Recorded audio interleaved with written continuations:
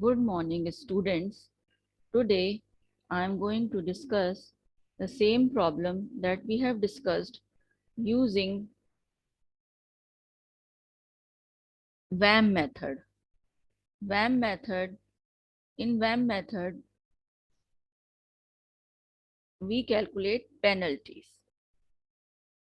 The WAM method is Vogel's approximation method. Here, we have to calculate row penalty and column penalty. Penalty is the difference between the least transportation cost and the second least transportation cost. So first we will calculate the row penalties.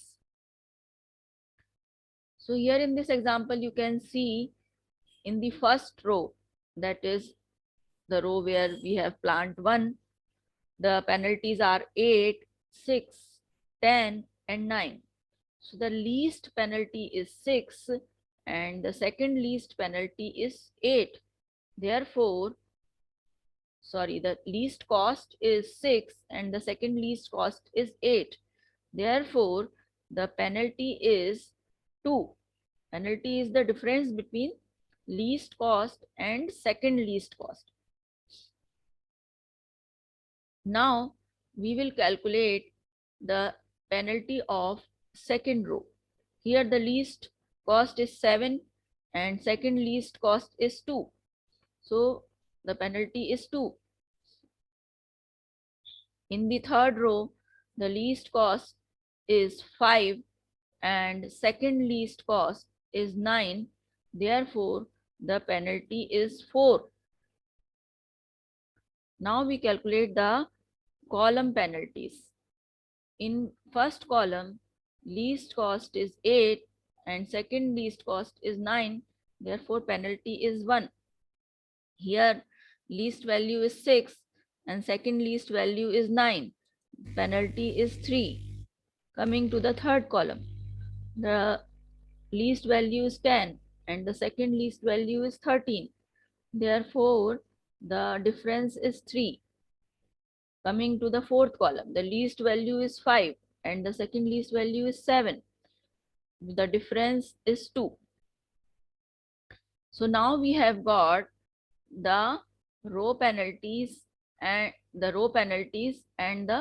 column penalties. Out of the penalties, we will select the penalty highest penalty.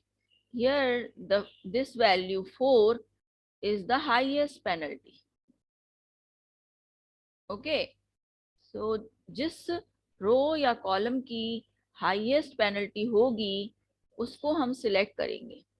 तो इसमें हमने 4 select किया. Highest penalty 4 की है, इसलिए हमने ये वाला थर्ड रो सिलेक्ट किया. जिस रो या कॉलम की हाईएस्ट पेनल्टी होती है उसको सिलेक्ट करते हैं और फिर वो वाला सेल सिलेक्ट करते हैं जिसकी कॉस्ट सबसे कम है. तो इस रो में 5 जो है सबसे कम कॉस्ट है. ये सेल हमारा सिलेक्ट हो गया. अभी this cell we have selected. The cell with transportation cost 5 has been selected.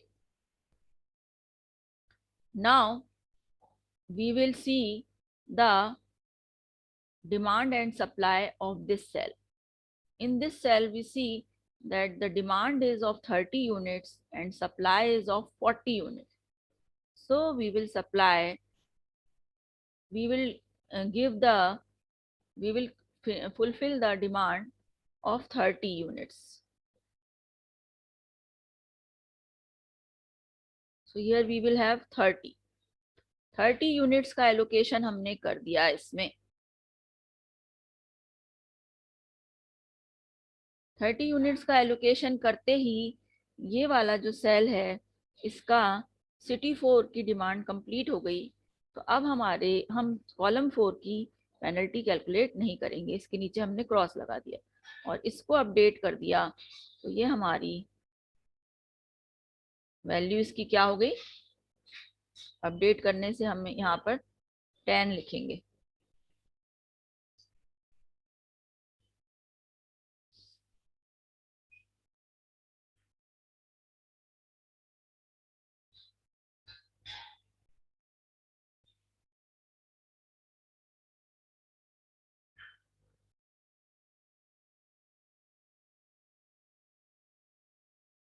So we have got, ये अपडेट हो गई, 10 रह गई।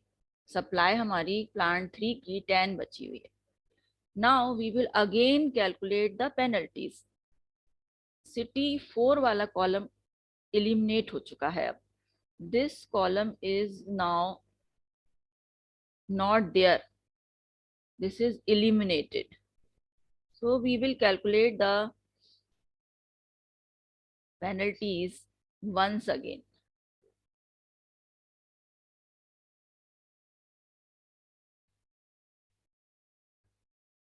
इसकी पेनल्टी, अब हमारे पास जो लीस्ट कॉस्ट है 6 है और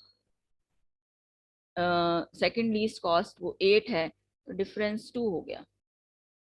यहाँ पर देखेंगे तो ये 7 निकल चुका है। अब हमारे पास लीस्ट कॉस्ट 9 है और सेकंड लीस्ट कॉस्ट हमारी 12 है, डिफरेंस 3 हो गया।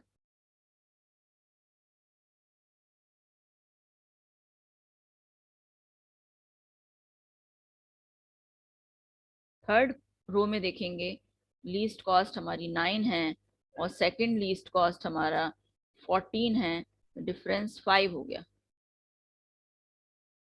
यहाँ पर आ जाते हैं सिटी 1 वाले कॉलम में, देखते हैं 8 एंड 9 कोई चेंज नहीं आएगा, सेम रहेगा क्योंकि कोई रो नहीं एलिमिनेट हुई है, तो इसकी वैल्यू सेम रहेंगी 3 और 3।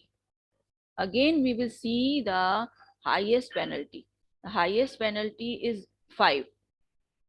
इस 5 को हमने सिलेक्ट कर लिया, 5 वाला रो सिलेक्ट कर लिया। इसमें से मिनिमम कॉस्ट वाला सेल सिलेक्ट करेंगे, तो मिनिमम कॉस्ट वाला सेल जो है ₹9 वाला है। इसमें हम देखेंगे कि डिमांड एंड सप्लाई क्या है।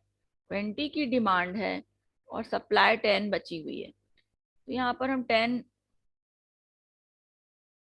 यूनिट्स एलोकेट कर देंगे।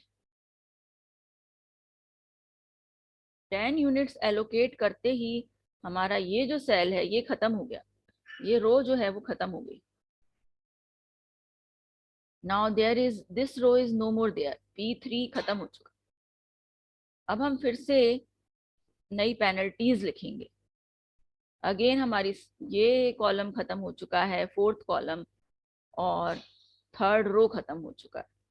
हमारे पास 8, 6, 10, 9, 12, 13 बचा है। 8, 6 का डिफरेंस 2 होता है, तो नई पेनल्टी हमारी 2 है यहाँ की। 9, 6, 9, 12 और 13 में हमारी पेनल्टी आएगी 3। ओके, 9 और 12 के बीच का डिफरेंस। अब क्योंकि थर्ड रो एलिमिनेट हो चुकी है तो पेनल्टीज अपडेट होंगी। सिटी 1 की पेनल्टी 8 और 9 का डिफरेंस 1, ये हो जाएगी। 6 और 12 का डिफरेंस 6 होगा।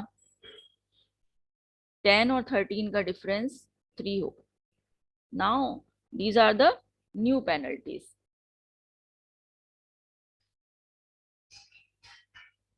इसमें से फिर से हाईएस्ट पेनल्टी सिलेक्ट करनी है हमें। हाईएस्ट पेनल्टी इस केस में क्या है, 6। 6 वाले 6 जिस रो में है उसमें हमें हाईएस्ट, उसमें हमें डिमांड एंड सप्लाई चेक करनी है। ये हमने अपडेट नहीं करी थी, वो अपडेट कर दी क्योंकि 10 एलोकेट हो गई थी तो सिर्फ 10 बची थी। इसमें से सबसे कम कॉस्ट का सेल ₹6 है, तो इसमें हमने डिमांड सप्लाई देखी, 10 की डिमांड बची हुई है और 35 की सप्लाई है, तो यहाँ 10 यूनिट्स हम कर देंगे, एलोकेट कर देंगे। 10 यूनिट्स एलोकेट करते ही हमारा ये वाला जो कॉलम है इसका this is over. Now city 2 भी खत्म हो गया है, सिटी 4 भी खत्म हो गया। सिटी 1 और सिटी 3 बचे हुए हैं और P3 वाला रो भी खत्म हो चुका है। तो 8 और 10 का डिफरेंस 2 है। 9 और 13 का डिफरेंस 4 है, ये फिनिश हो चुका है। 8 और 9 का डिफरेंस 1 है और 10 और 13 का डिफरेंस 3 है। फिर से हाईएस्ट पेनल्टी सिलेक्ट करनी है जो कि हमारी सेकेंड रो की है, 4 है, ये हाईएस्ट पेनल्टी हमारी 4 है। ठीक है, अब इसमें हमें लीस्ट कॉस्ट का सेल सिलेक्ट करना है क्योंकि सिटी 2 सिटी 4 तो खत्म हो चुके हैं। 9 और 13 में से लीस्ट कॉस्ट 9 है। 9 वाली रो और कॉलम में हम लीस्ट कॉस्ट का सेल देखेंगे। इसमें से 10 हमको डिलीट करना था, तो ये 25 बची हुई थी नहीं।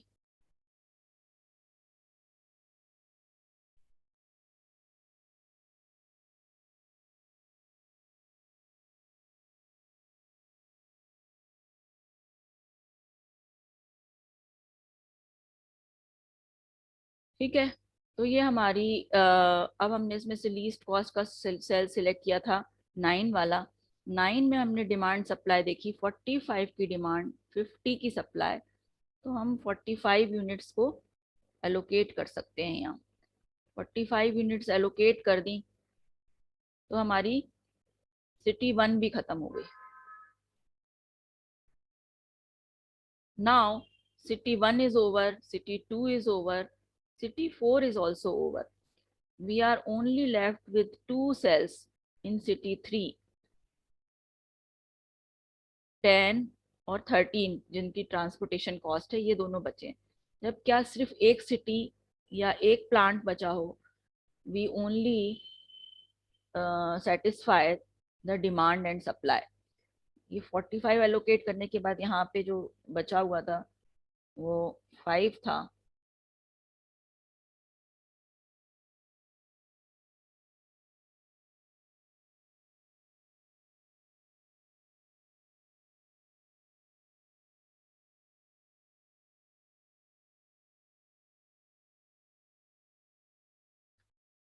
तो अब हम देख रहे हैं कि इन दोनों सेल्स में हमें यहाँ पर 25 एलोकेट कर देंगे, जो कि यहाँ की बची हुई थी, सप्लाई बची हुई है P1 की।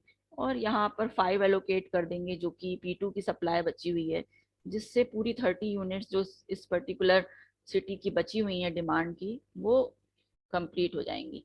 तो ₹10 वाले सेल में हमने 25 यूनिट्स एलोकेट करी, और ₹13 वाले सेल में हमने 5 यूनिट्स एलोकेट करें।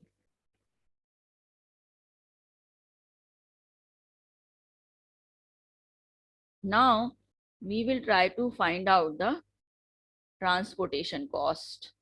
ट्रांसपोर्टेशन कॉस्ट निकालने के लिए जो एलोकेशन है उसको नंबर ट्रांसपोर्टेशन कॉस्ट से मल्टीप्लाई करेंगे। तो first is 10 into 6,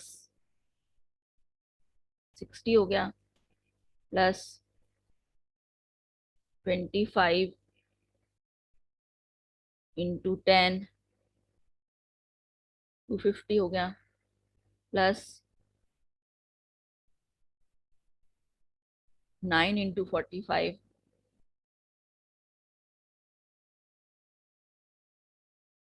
plus 9 into 10,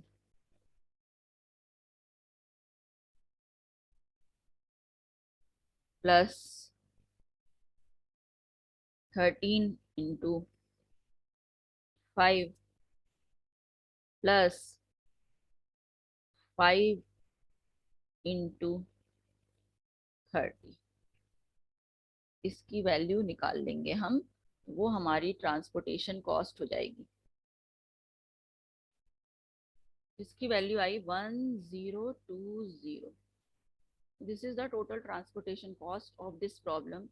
As you can see that the transportation cost by different methods are different. Initially we have used the northwest corner method. The transportation cost, there was a transportation cost. Then we used least cost method. The transportation cost was different. And in Vogel's approximation cost method also, the transportation cost may be different. So why the transportation costs are different in each method? Because these are the methods to get the initial solution. These are not the method to get the final solution.